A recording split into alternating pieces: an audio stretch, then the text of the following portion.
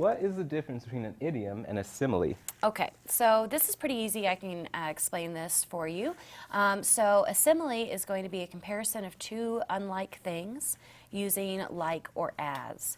So my sister is as graceful as a butterfly when she ice skates. I'm comparing my sister to a butterfly, but because of the way I use that comparison, you were able to see, I hope, that I wasn't comparing my sister to an insect, but instead I was saying that she was very graceful whenever she ice skates. He is like a monster on the football field. So using like, again, to compare a person and a monster, and that comparison gives you a little bit more information to show that he's really powerful out there and even maybe kind of scary.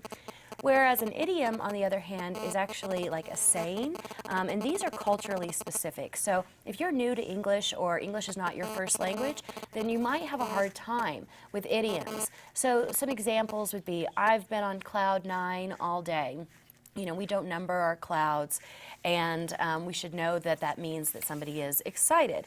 If you say, when my dad found out I wrecked his car, he blew his top.